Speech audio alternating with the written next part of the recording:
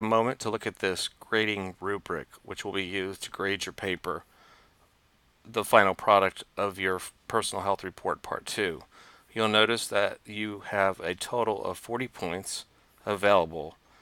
The grading will be based on how the essay is organized. So starting at the bottom of the grading rubric, you'll see that the best papers will exceed the standards for format and grammar.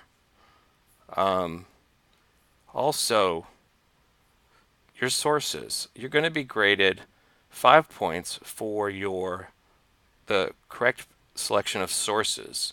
So 3 of the sources have to be from peer-reviewed, scholarly, published journals. Now, by taking the library class, the library workshop, you learned what these were. Also, you can use 2 other sources. These are sources that are not scholarly reviewed. They might be things like Men's Health Magazine or websites or other types of things. These are a total of 5 points. But I want to tell you very clearly that this is a very important part of the paper. So while it says 5 points, it's going to really weigh in probably heavier than that.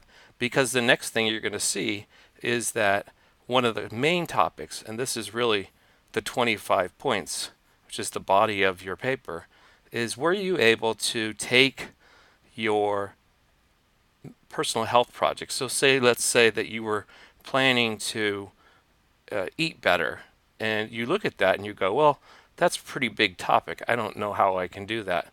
So this, if you'll notice, this rubric and these 3 rows are all about how to break your topic into chunks. Now, chunks is not a very scientifically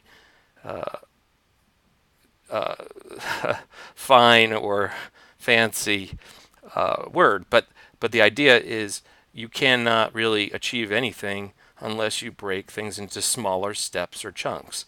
And so, for instance, if you want to eat more healthy, your choice might be I want to eat more vegetables. Well, then you go about deciding, well, how many vegetables should I eat per day? What would be the best ones? So, breaking your topic into chunks. And then let's say your choice is that you want to eat carrots and you want to eat onions, but you just want to make sure that that's the best choice. So you go about and you look at the science. So, and where are you going to get the science? You're going to get it from your sources. So it's going to tell you which vegetables are best, how should you prepare them, etc. You can get as granular as this. The word granular means getting really into the fine sand, the grains of the idea.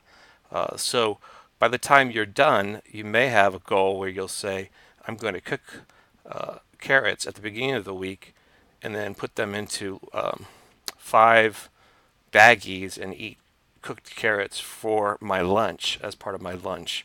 And it will be 1 cup a day for 5 helpings. It sounds kind of very specific, but the more specific, the better. Why is it good for you to be specific? Because when you're specific, you actually can tell whether or not you've actually done what you set out to do. Now, you're going to look, when you notice or look at this outline, you're going to see that you're going to be using APA formatting for your citations. So please make sure that you review what that is. You're not using MLA, you're using APA, American Psychological Association, which is the standard for health and sociological and psychological or behavioral health papers. There are several steps that you're going to take before you even get to the part where you're going to write the paper. So I just want to point out that you don't even write the paper until you get to step number 9. So let's go back and review the first 8 steps.